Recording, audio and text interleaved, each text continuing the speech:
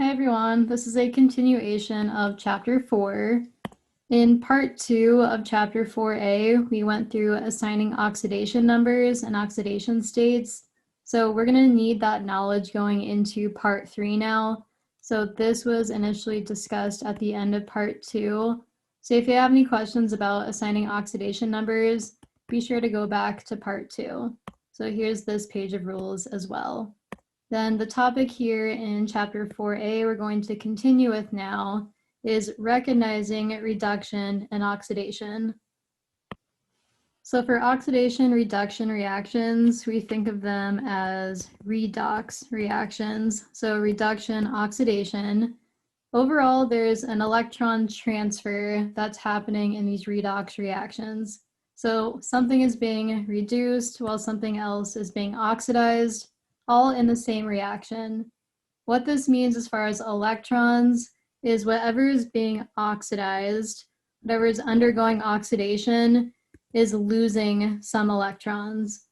Then anything that's undergoing reduction is what's going to gain those electrons from whatever was being oxidized.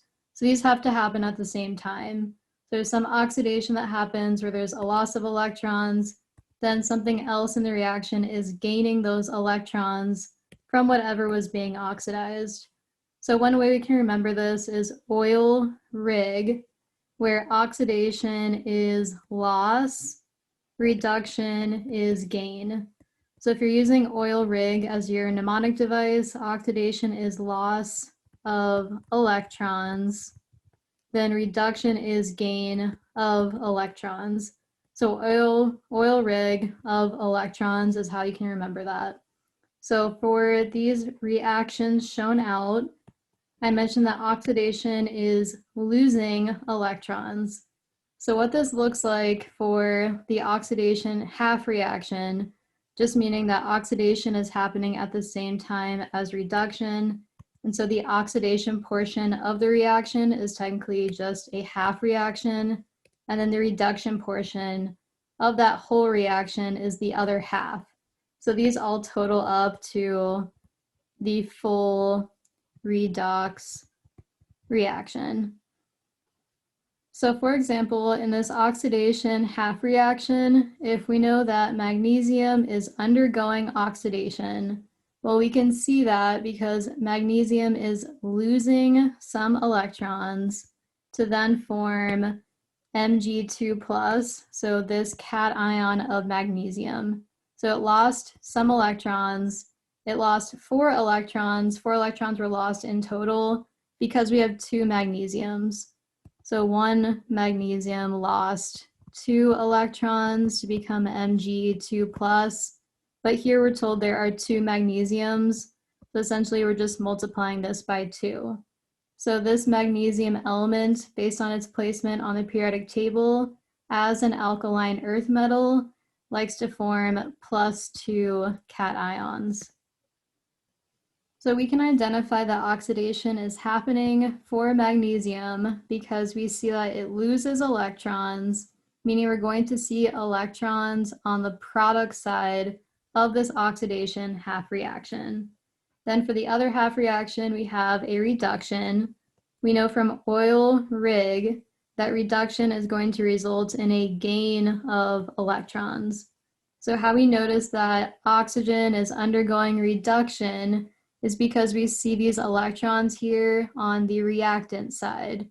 So oxygen is gaining electrons here to then become this ion of oxygen. And so the electrons that it gained are from the magnesium. So these work hand in hand. These work as an overall redox reaction where oxidation results in something losing electrons. Then whatever is being reduced is what's going to then gain those electrons. So one half of the reaction, another half of the reaction, then we put this all together into this full redox reaction. And so here, when we break this up into the half reactions, we can fairly easily see that magnesium, okay, it's losing electrons because they're on the product side. Oxygen, okay, it's gaining electrons because these are on the reactant side. But when we put these two all into a full redox reaction, we end up canceling out what's present on both sides of the reactions, meaning we don't notice that there are 4 electrons in this underlying reaction. So all of these together now simplify to this overall redox reaction. And part of getting to this overall redox reaction is seeing this ionic compound formed. So magnesium 2+ as the cation, oxygen as an anion, so an oxide anion, 2+ and 2-, these come together to form magnesium oxide.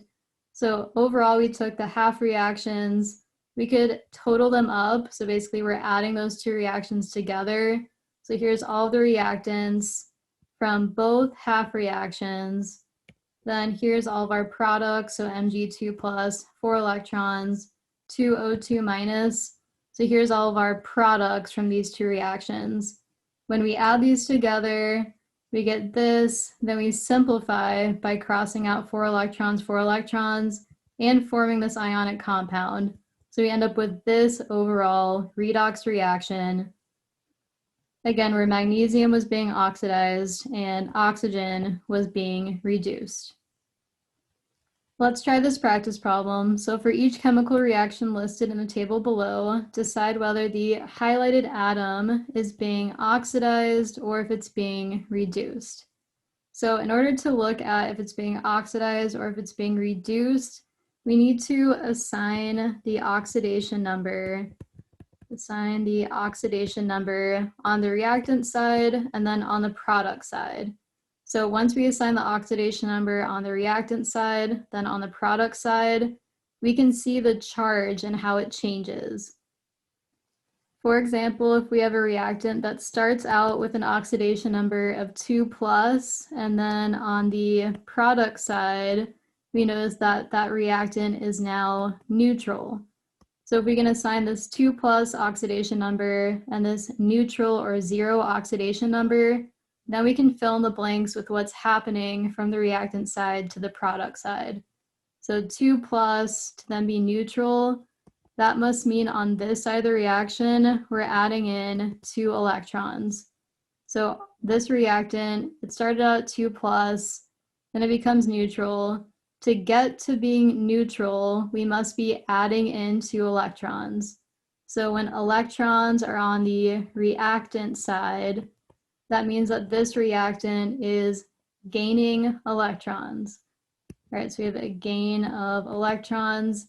So is that oxidation or is that reduction? So we think rig and oil rig. So this means that R is being reduced here because it's gaining electrons to go from 2+ oxidation number to 0. We also just saw that same example or something similar on this last slide. So when oxygen is gaining electrons, we know that oxygen is undergoing reduction. So it's going from a neutral oxidation number to a 2-. So 0 to 2-, and there are 2 of them. So overall, this is 4- charge. This is neutral. To go from neutral to 4- oxidation numbers, we had to add back in 4 electrons here, meaning oxygen is gaining electrons. So when oxygen is gaining electrons, oxygen is being reduced. So another way to think about this as we're going to solve this practice problem is like we saw on the last slide. So if the reactant starts out at 2+, then it becomes neutral. We presume that it had to gain 2 electrons, 2 negatively charged electrons, to then become neutral. So this reactant here is being reduced. So another way to visualize this, if it's helpful, is to think about when an atom is reduced, its oxidation state goes down. So here we went from a 2+ oxidation state to a 0. So it's going down, so reduction had to happen. So then alternatively, if we assign the oxidation number on the reactant side, then look at it on the product side, and if an atom is being oxidized, we will see its oxidation number or oxidation state, so same thing there, go up. So for reduction, when electrons are gained, this is when reduction is happening according to oil rig. So a more negative oxidation state, the value is going down, right? So it's going from 2+ to 0 for that example. Whereas for oxidation, this is when electrons are lost, negatively charged electrons, right? Represented like this usually. So when electrons are lost, then that's oxidation. That means that the oxidation number from the reactant side to the product side is going to be less negative because that atom is losing electrons. So the oxidation state will go up if something's being oxidized. Then mentioned in part 2, when an atom's oxidation state goes down, that means it controls more valence electrons. So it's gaining control of more valence electrons when it goes from a 2+ to a neutral state. Then alternatively, when an atom's oxidation state goes up, that means that it controls fewer valence electrons.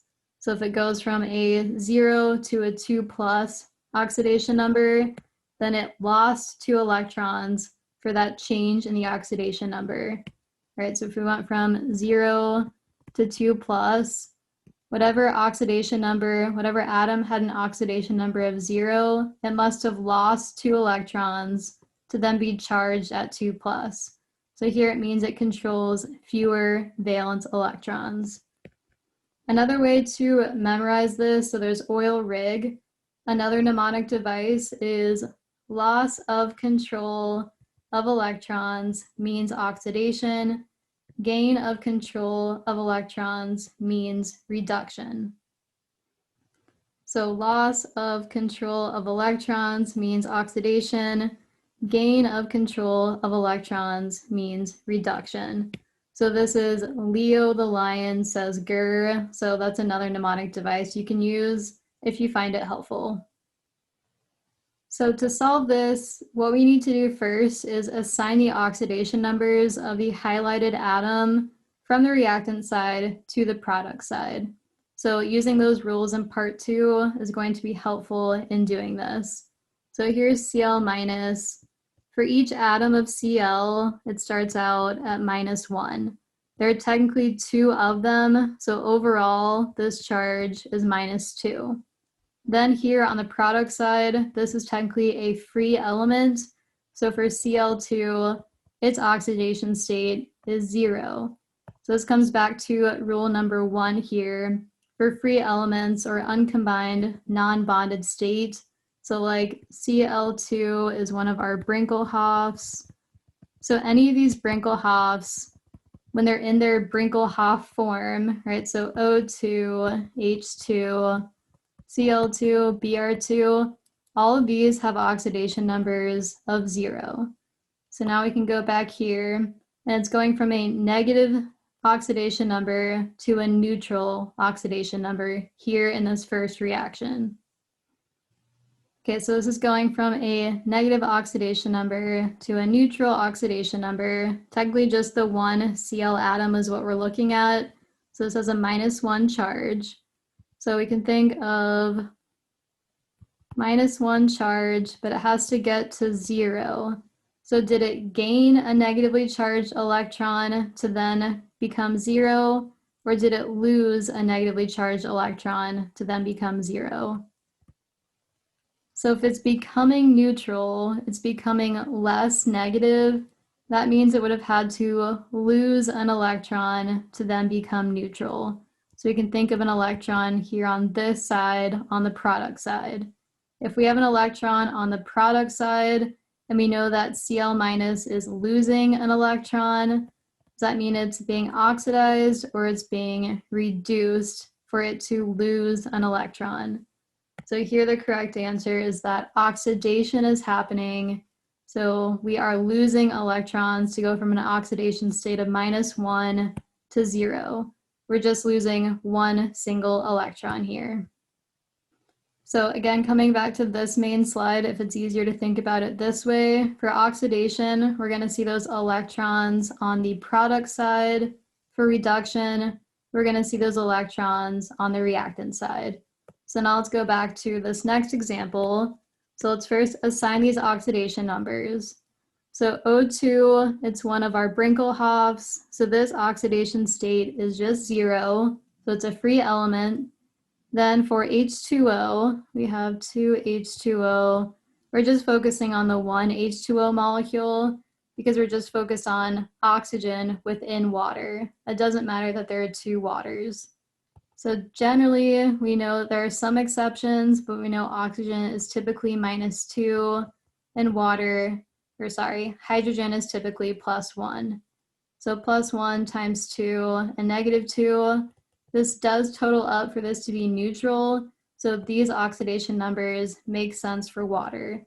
So we're going from 0 to -2. So now let's figure out, is that oxidation or is that reduction? We figured out for the first problem that this is oxidation.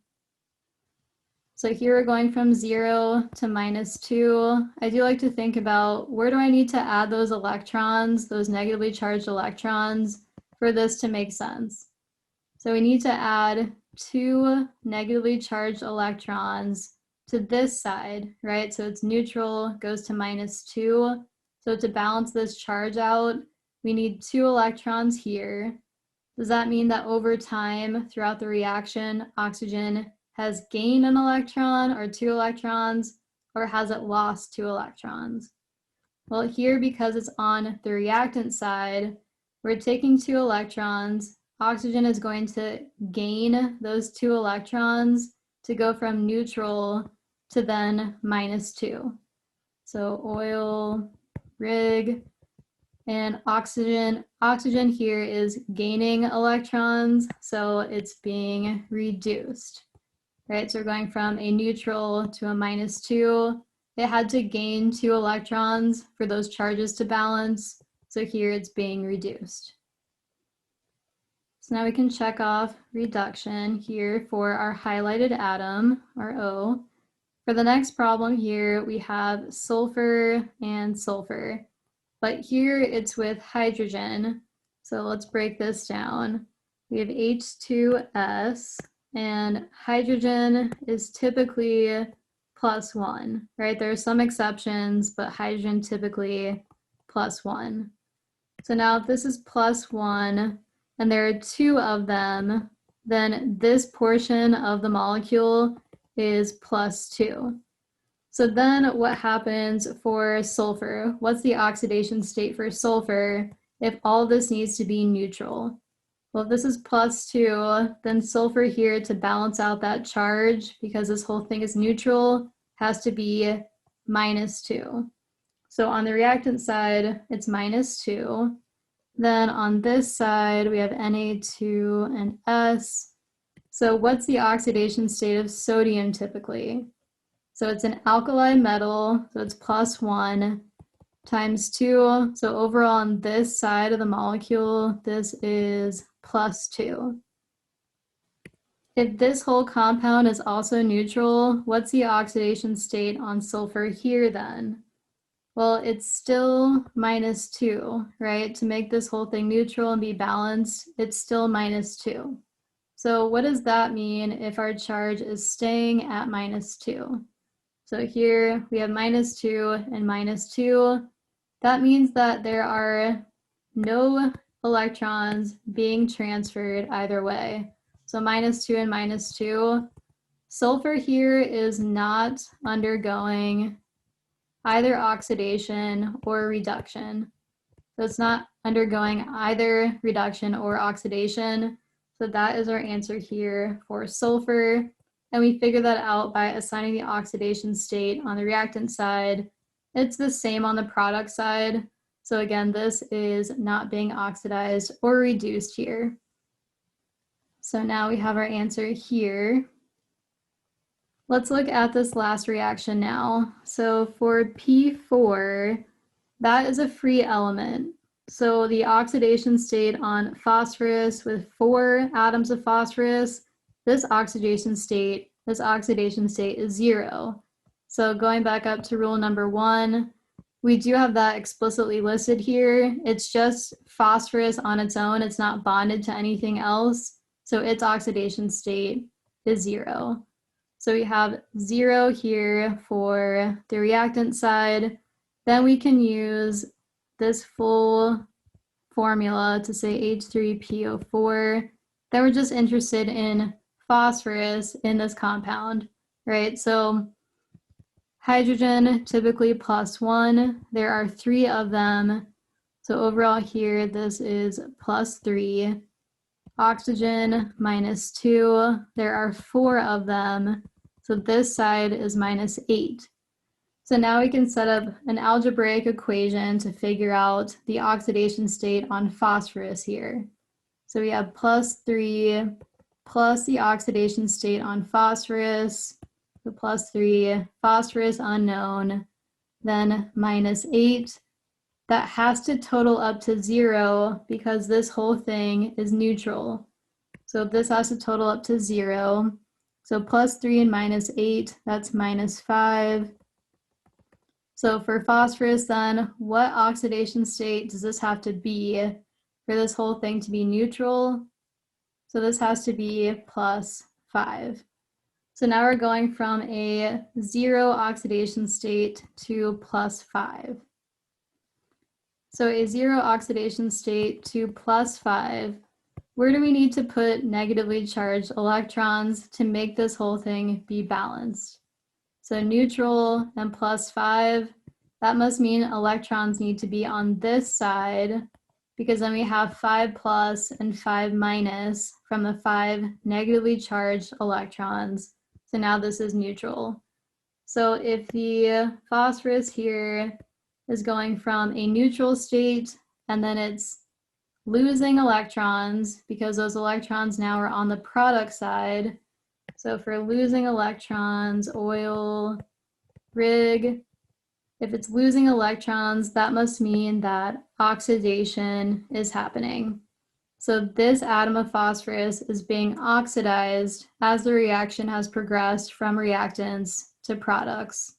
So now we have our final answers here for this practice problem. Oxidized, reduced, neither, and then phosphorus we just found out is being oxidized. We just figured this one out. For the next topic now, it gets a little trickier because now we're introducing this term of agent, so identifying oxidizing and reducing agents. So let's go into those definitions and we'll do a practice problem. So for the wording here, whatever is being oxidized, that's the reducing agent.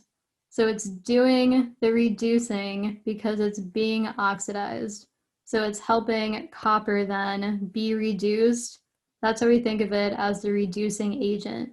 Whatever is oxidized itself is then helping the other species get reduced. So it's the reducing agent here. So oxidation is still loss of electrons, and we can recognize that because we have electrons here on the product side. So zinc is going from a neutral oxidation number to a 2+ oxidation number. So we had to put 2 electrons here on the product side. So zinc overall is losing electrons, so it's being oxidized. I would identify this first, and then from that, whatever is being oxidized is therefore the reducing agent. Okay, so figure out what's being oxidized, then that is automatically then the reducing agent. Now then, alternatively, whatever is being reduced is then the oxidizing agent. So it's being reduced, but then it's helping essentially zinc be oxidized itself. So it's our oxidizing agent. And we know copper here is being reduced. So oil, rig, reduction is gain of electrons. So here on this side of the chemical reaction, then we have 2 electrons here on the reactant side of the chemical reaction because copper 2+ is gaining electrons to then go from a 2+ oxidation state to a neutral or 0 oxidation state. So 2 plus to neutral must mean it has to gain back that negative charge through gaining 2 electrons. So 2 plus 2 electrons then is neutral. So here copper 2 plus is being reduced, and therefore it's also the oxidizing agent. Okay, so whatever is being oxidized is a reducing agent. Whatever is being reduced is the oxidizing agent. Okay, let's try this practice problem now using those concepts. So decide whether each chemical reaction in the table is a redox reaction. If the reaction is a redox reaction, write down the formula of the reducing agent and the formula of the oxidizing agent. When I see a problem like this, I would automatically write out whatever's the reducing agent, we just think of whatever's being oxidized. Then whatever's the oxidizing agent, this is what's being reduced.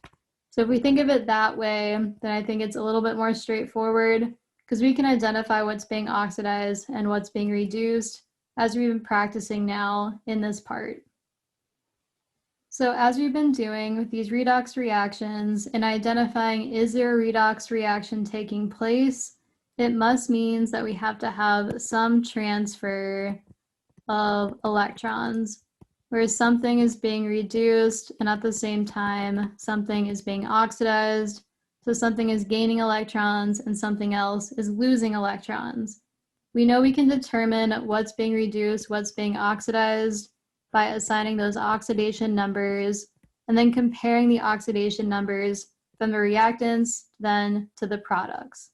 So when we see a reaction, one of the first things we should do is to assign oxidation numbers on the reactant side, then on the product side, and then see the difference. Is something changing in oxidation state? Is something being reduced? Is something being oxidized?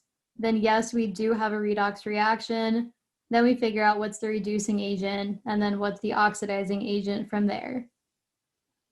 For methane now, so CH4, hydrogen plus 1, except in those exceptions, but methane is not an exception. So here's plus 4. That must mean carbon here has to be minus 4 to balance this out and make this whole molecule neutral.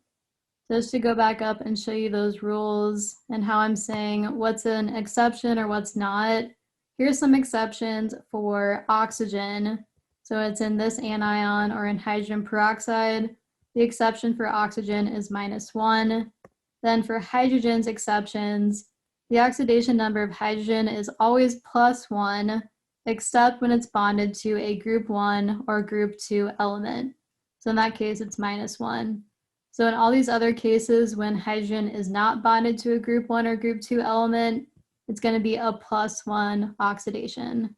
So that's how I was able to assign for methane that here this is +1. It's not bonded to a group 1 or group 2 metal here. So hydrogen +1, 4 of them. That must mean the oxidation state on carbon is -4. Here, oxygen, it's in its natural state, so it has an oxidation number of 0.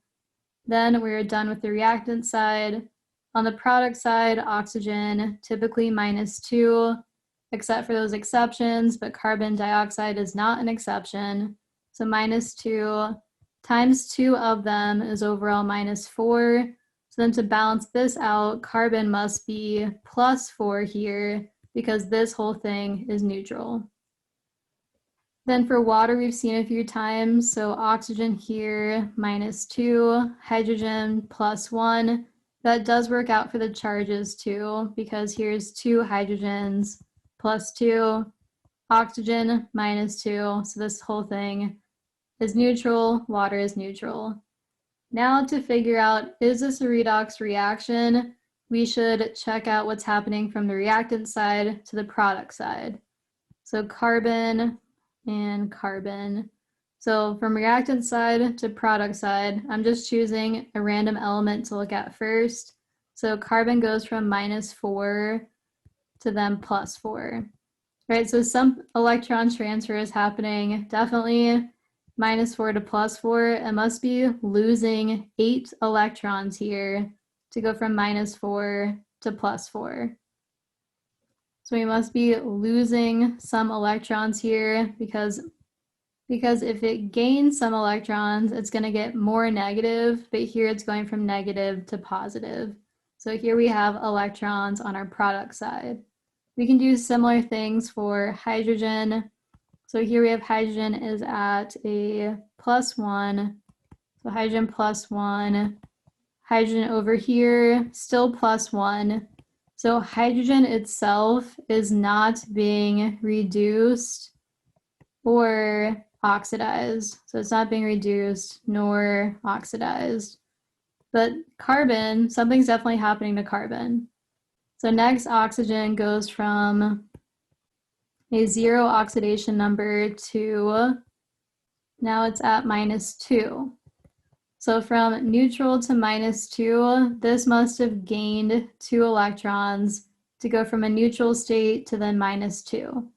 So 2 electrons here on the reactant side, 8 electrons here on our product side for carbon.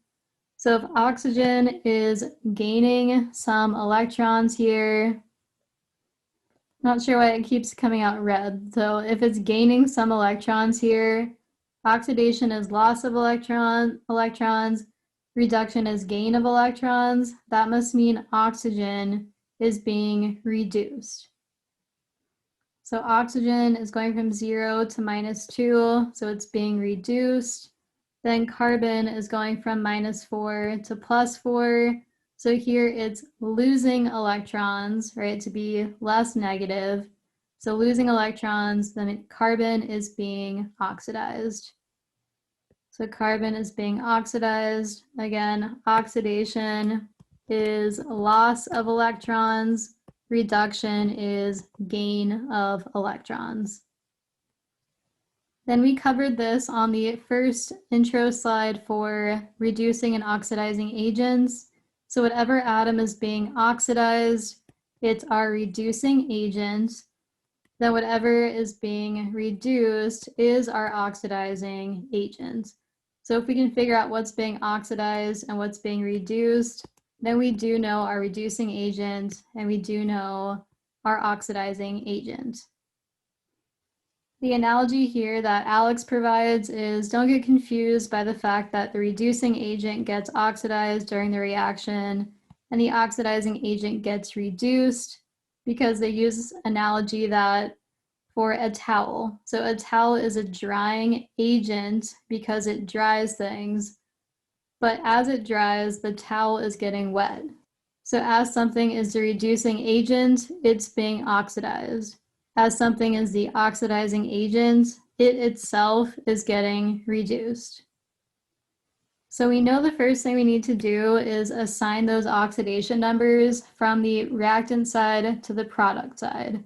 So now for aluminum, we can start out with, arbitrarily, we could have picked chromium as well. So aluminum in its natural state or free state is an oxidation number of 0.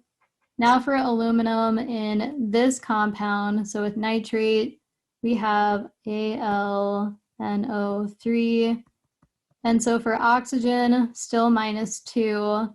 Now there are 9 of them, right? So 3 times 3. So -2 times 9, that's -18. Nitrogen here, there are 3 of them, so whatever we assign for its oxidation number has to be times 3. Now for nitrogen's placement on the periodic table, this is telling us it has an oxidation number of +5. Also for aluminum, to balance out with nitrate, then let's look at just this compound, because this could be another way that you figure out the oxidation number on aluminum. So here's nitrate, NO3. What's the charge on a nitrate polyatomic anion?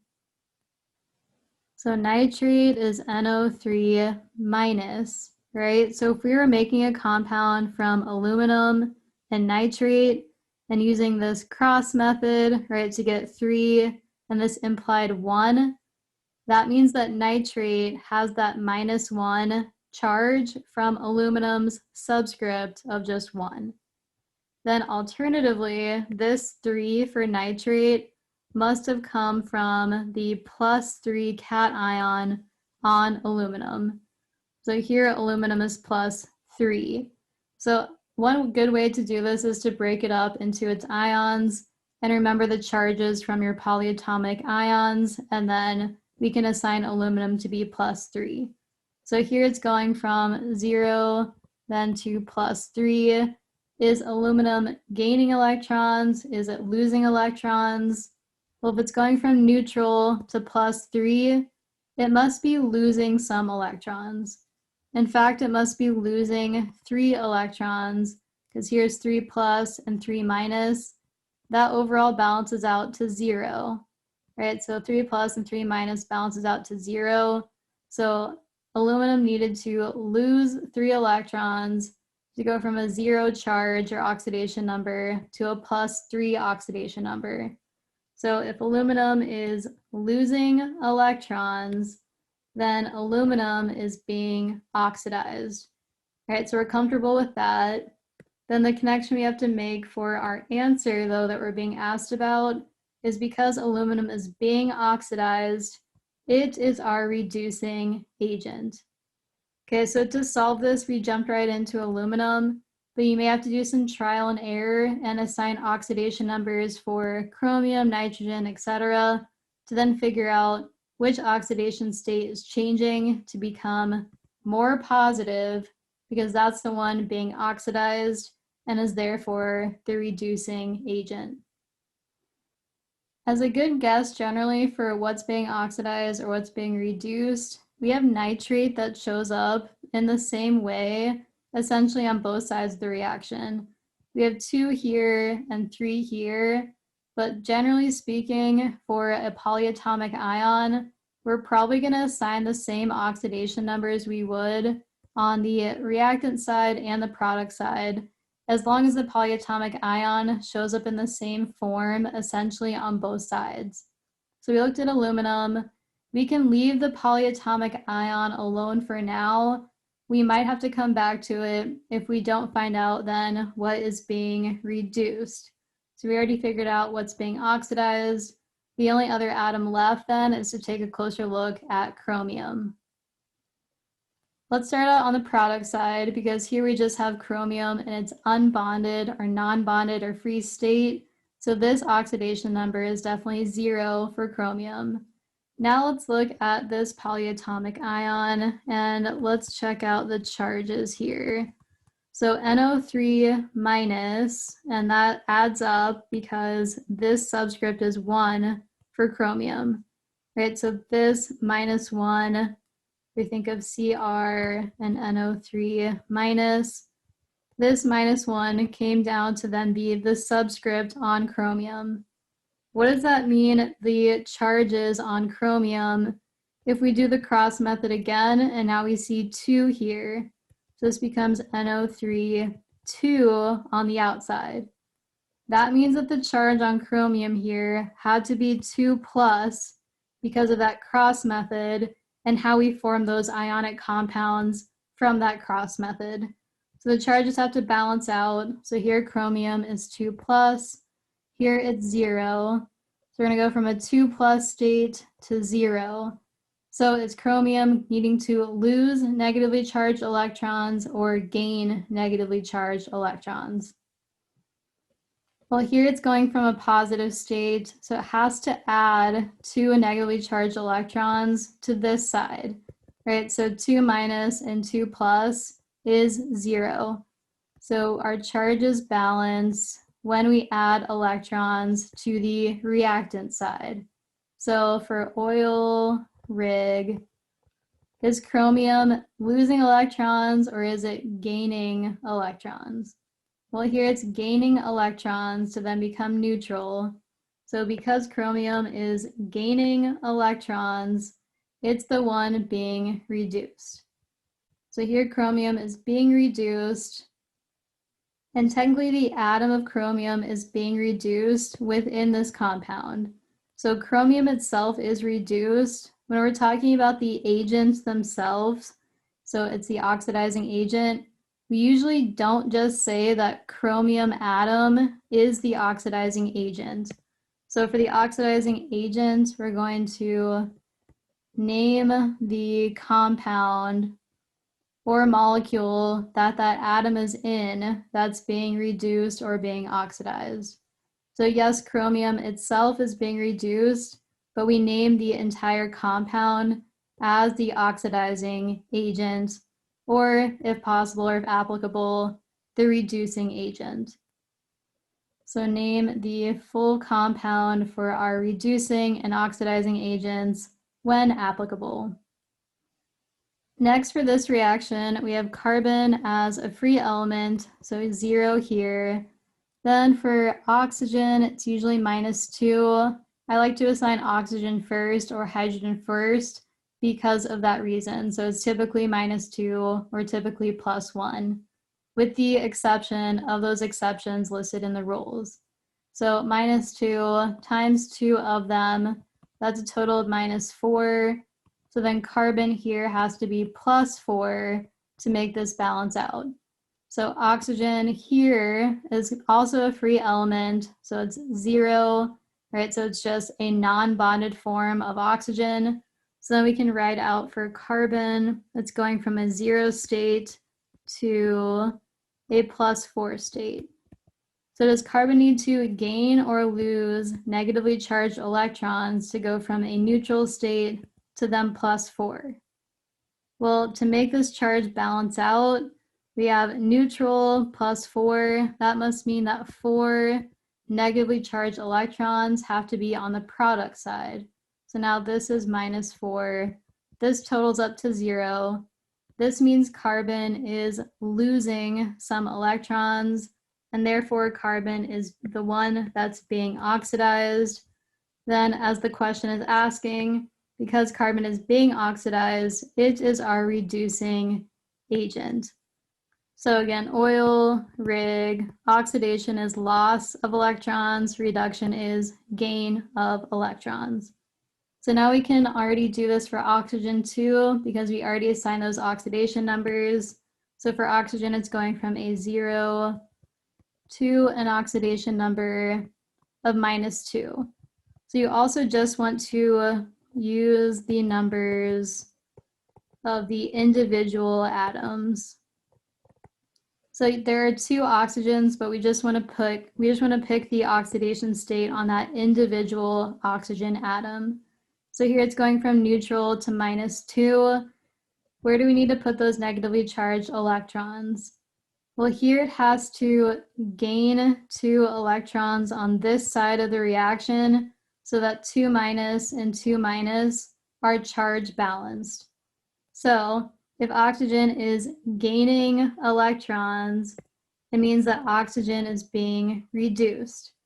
So oxygen here is being reduced, and therefore it's the oxidizing agent. So technically here we'd write out that O2 is being reduced. Then we write out for the whole molecule here. So O2 is a molecule and not a compound, right? So O2 then is our oxidizing agent. So we list the entire molecule is our oxidizing agent. And technically here on the reactant side, it's the one being reduced. So it's better to say that O2 is being reduced. It could just be one oxygen atom is being reduced. That's true as well, but here O2 is being reduced and O2 is our oxidizing agent. Because technically for O2, both oxygens have a oxidation state originally of 0. So either one, really saying O or O2 is being reduced. But for the oxidizing agent, go ahead and say that the whole molecule is the oxidizing agent. Next, for this reaction, we have calcium as a free element, so it's 0. Then in calcium oxide, oxygen -2, that must mean that calcium has to be +2.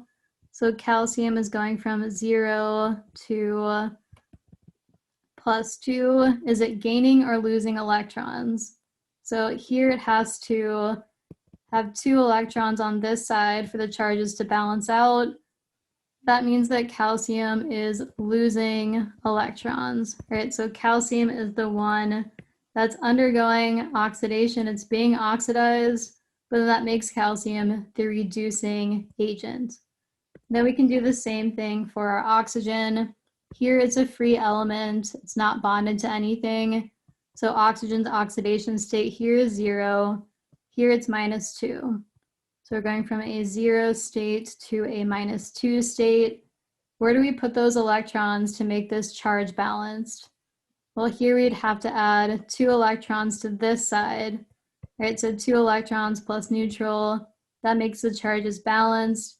Does that mean the oxygen is gaining or losing electrons?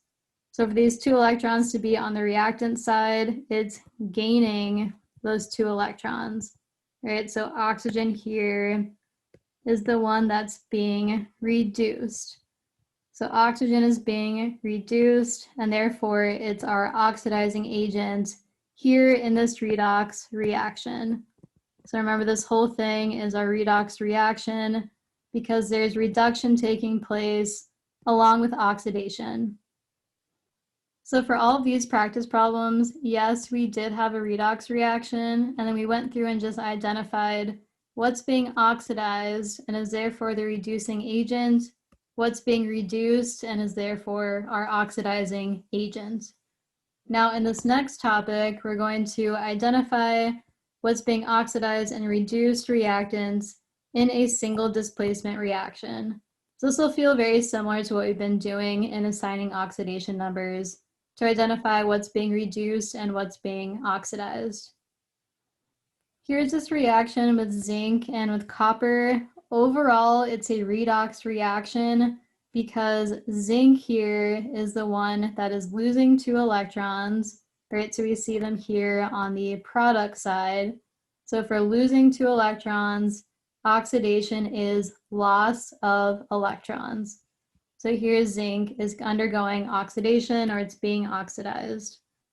Then for copper here, in the state that it's in, it must have been in some ionic form, right, in water. So here's our copper 2+ ions. Zinc here, I should point out, is a solid. This is zinc metal. So here copper 2+ to just solid copper is formed. In that process of this ion then forming the solid form of the metal, so copper 2+ in water or an aqueous solution, so then copper solid as a metal, it had to gain 2 electrons, right? So it had to gain 2 electrons on the reactant side. When it gains 2 electrons, it's undergoing reduction. So this whole process altogether is an example of a redox reaction. Here's another similar reaction, but now we have copper starting out as a solid metal with an oxidation number of 0. Then it's forming into its ions, or it's dissociating into its ions. So here it is losing 2 electrons to become this aqueous copper 2+ cation. So here when it's losing 2 electrons now, copper is the one that is undergoing oxidation. So both metals and the aqueous form of the metal, you can tell that sometimes they're being oxidized in some reaction, but then they can be reduced in a different reaction with different species. So here we have silver that's starting out in aqueous solution. It's gaining an electron to become silver metal. So reduction is gain of an electron. So this is undergoing then reduction. So just another visual here to picture an actual redox reaction that you might see in the lab. So now, given a reaction like this, in this practice problem, we're going to write the chemical formulas of the oxidized reactants and then of the reduced reactants. So here we're just focusing on the reactants. And again, we're going to assign those oxidation numbers and see the difference then in their reactants to their products as far as how their oxidation number changes. So we're going to look at how their charges change, right? And because electrons have a -1 charge, then the atoms that are losing electrons will lose some of that negative charge. Then similarly, but conversely, atoms that are gaining negatively charged electrons will gain a negative charge. So we can tell what's being oxidized and reduced, again, by looking at the change in their charges or oxidation states. Something to keep in mind with ionic compounds is that these atoms in ionic compounds are technically charged, right? So even for sodium chloride, we know that really sodium is existing as a cation with this electrostatic attraction to a Cl minus anion. So technically in this ionic compound, it looks neutral, but we know the charge on sodium is actually +1, and the charge on chloride is actually -1. So we need to keep that in mind when we have ionic compounds present in our reaction. So to see this better for ionic compounds, we can take our molecular equation and then rewrite it as a net ionic equation. So we actually see those charges here for our reactants and products. So that's going to help us in solving a problem like this involving redox if we actually know that in this ionic compound, aluminum is charged at +3, then chloride at -1. Then we can more easily visualize the change in oxidation states from the reactant side to the product side. For example, using the net ionic equation, we know that aluminum goes from an oxidation number of 0 because it's a free element. Then for aluminum on this side, it's +3. So looking at this net ionic equation, it is easier to see that we have to add 3 electrons here to make the charges balance. That means that aluminum is losing electrons, right? So aluminum here is undergoing oxidation. And then similarly for copper, we can see it better from the net ionic equation because we have copper plus. So copper plus, then it's going to a neutral copper with an oxidation number of 0. So we'd have to add 1 electron here. So copper is gaining an electron to go from the reactant side to the product side. So because copper is gaining an electron, it's the one that is being reduced. So here copper is being reduced and aluminum is the one that's undergoing oxidation. So when possible, we could write this out as a net ionic equation to help us better visualize these types of problems. For example, then, if we have zinc chloride, well, here chloride likes to form -1 anions, and we can tell from this subscript here that zinc is +2. So zinc 2+, and then Cl- is technically on this side. There are technically 2 of them, right? And then sodium solid is here, zinc solid is here, NaCl, this breaks up into Na plus 2 of them, and Cl-, still 2 of them. So to go from this reaction to this reaction, we're keeping everything from this side, or from this reaction to this reaction, but we did need to cancel out the 2 Cl-. That's why we don't see those here in our net ionic equation. Now we can visualize that zinc is 2+ on the reactant side, and zinc solid with an oxidation number of 0 on our product side. So on what side of this reaction do we need to add electrons to make this charge balance? So 2+ and then 2- is going to help us do that. So this zinc here, is it gaining electrons or is it losing electrons? So this is gaining electrons. So this is being reduced. Now for sodium as a free metal has a oxidation number of 0. So now we have sodium 0 going to sodium plus. On what side of this do we need to add an electron to make the charges balance? So here plus, this needs a -1 to help this be balanced. So sodium here is losing an electron, right? So it's losing an electron, so it's undergoing oxidation. Okay, so we wrote out the net ionic equation, which then helped us more easily visualize that sodium is being oxidized, and then zinc in this compound of zinc chloride here. So in this original compound, we have to go back to, because now we're saying that zinc 2 plus is gaining 2 electrons to become zinc metal. But really zinc 2 plus is originally within this ionic compound.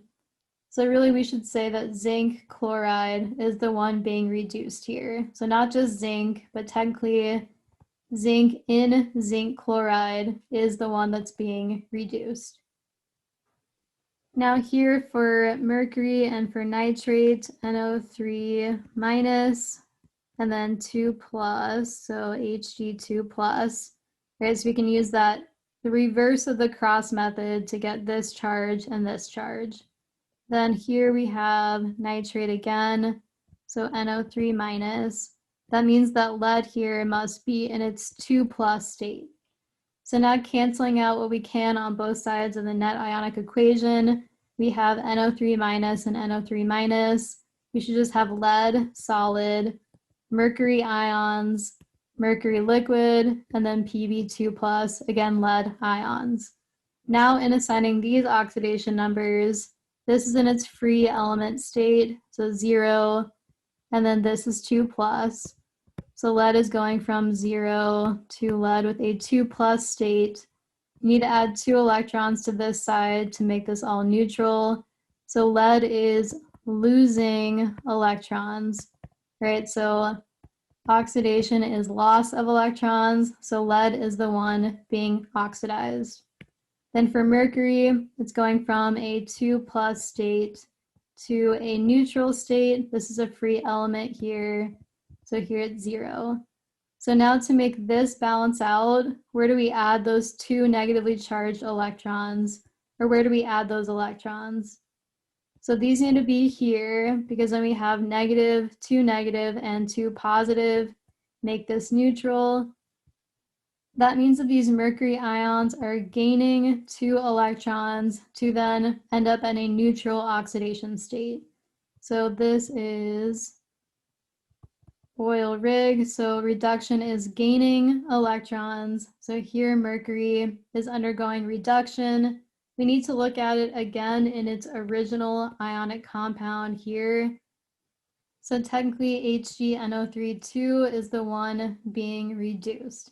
It's just the mercury atom within that compound, but we can go ahead and say the entire compound is being reduced because this atom, or this cation of mercury, is the one that is gaining 2 electrons to form that neutral mercury atom. Right, so here it becomes neutral, here it becomes neutral. In this next example, we have sulfate, so SO4 2 minus. That helps us get this charge on iron of Fe 2 plus. So 2 plus and 2 minus. Magnesium, just 0. Iron here, just 0. Then magnesium and sulfate. We still have SO4 2 minus. Magnesium 2 plus. So then anything that cancels out is going to be the SO4 2 minus, SO4 2 minus, leaving just iron 2 plus, magnesium solid, iron solid, and magnesium, then 2 plus. So now breaking this down, we see that iron goes from 2 plus to neutral, right? So it's in its free element state. So you need to add 2 electrons here to make this charge balance. So here's neutral. So 2 minus and 2 plus becomes neutral to balance out here. That means that iron 2 plus is gaining electrons. So it's the one being reduced. It was originally in this ionic compound. So we can say that iron, right, we'd name this as iron 2 sulfate is the one being reduced, right? So it's iron within iron 2 sulfate. And I had to add these Roman numerals here because iron can either be 2 plus cations or 3 plus cations. So here it's 2 plus, so iron 2 sulfate. So iron gained those 2 electrons. It's the one being reduced. Now we can look at magnesium. So here it's going from Mg as a free element, not bonded to anything, just solid magnesium, to then Mg2+. That means we need 2 electrons here on this side. So 2+ and 2-, that comes out to be net neutral. Here's neutral, so we made this charge balance. So magnesium here is losing electrons to the product side.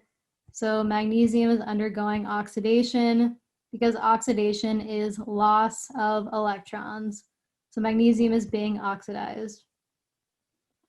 I prefer the oil rig mnemonic device, but definitely use Leo Gur too if that is more comfortable to you. So just find a mnemonic device that works for you. Because we were asked about the reactants specifically, here we're listing sodium, then ZnCl2, lead, HgNO3, magnesium, FeSO4. So now we have all of these correct answers here for this practice problem. Just to briefly introduce you to some different kinds of reactions you'll see in General Chemistry 1, we can have a combination reaction where A and B combine to form this product C. Then we can also have a decomposition reaction where C is decomposing to form A and B. So we can have combination and decomposition reactions that are all types of oxidation and reduction reactions. So these can be redox reactions, as you can see here, how these oxidation states are changing. Decomposition reactions can also be classified as redox reactions as well.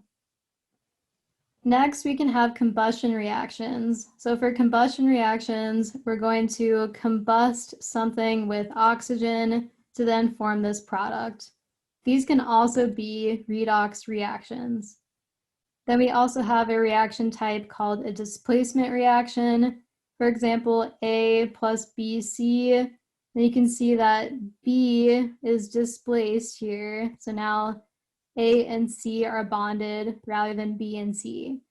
This is a displacement reaction. Again, that can be an oxidation reduction reaction as well. This can be a redox reaction as well, as you can see here with these different examples. Something to keep in mind for these combustion reactions is just these general characteristics.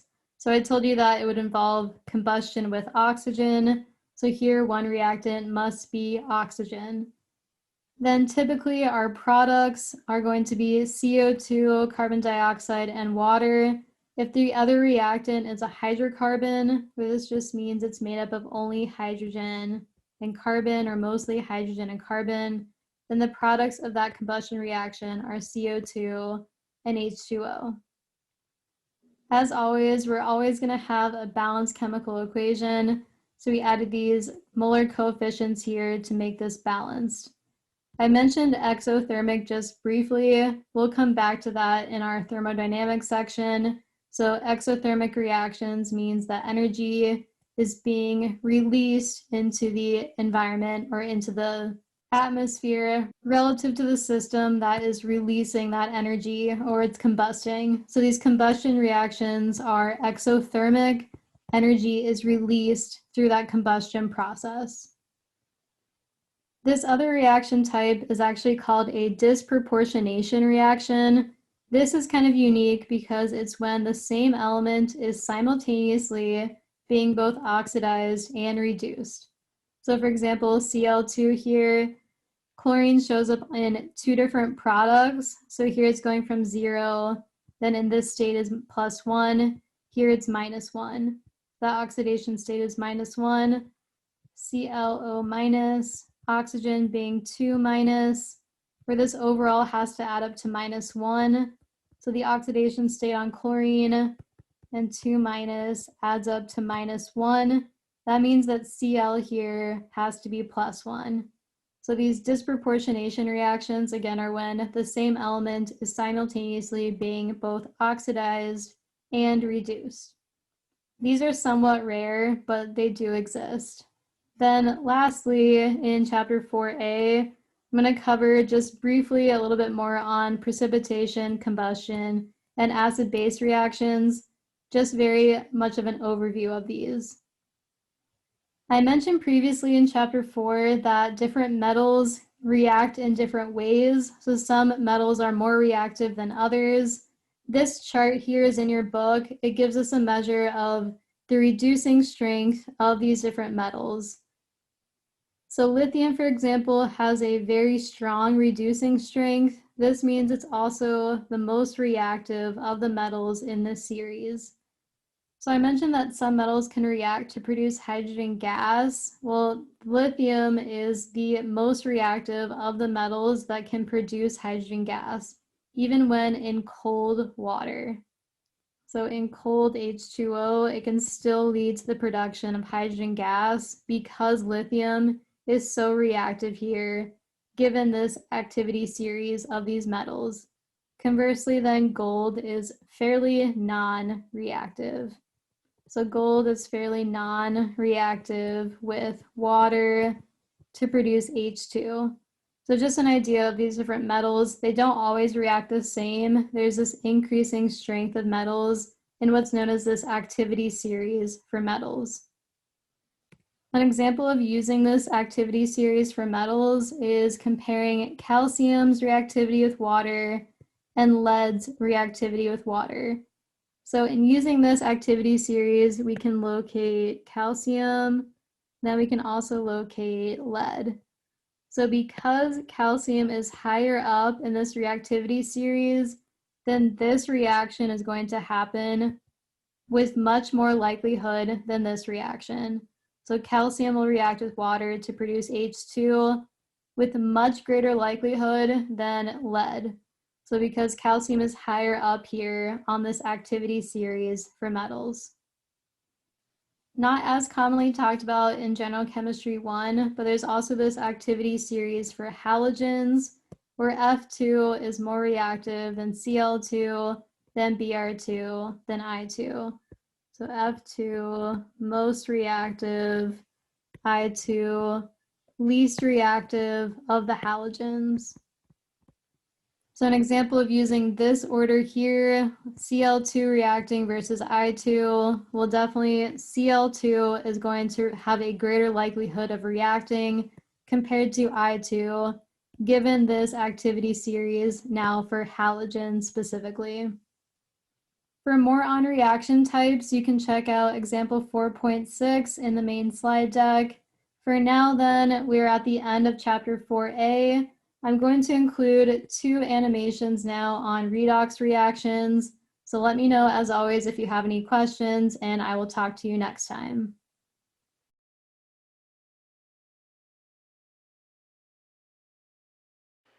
I'm also including here some animations that are copyrighted and they are provided by the publisher.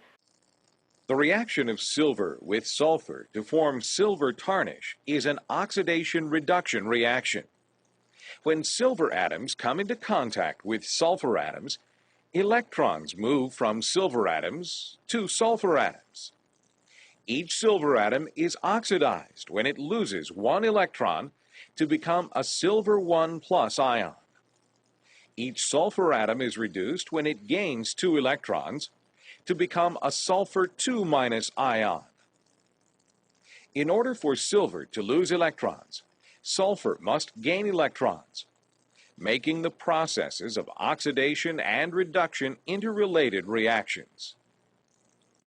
To demonstrate the copper-silver oxidation-reduction reaction, we're going to place a piece of copper wire in a petri dish and add silver nitrate solution to it.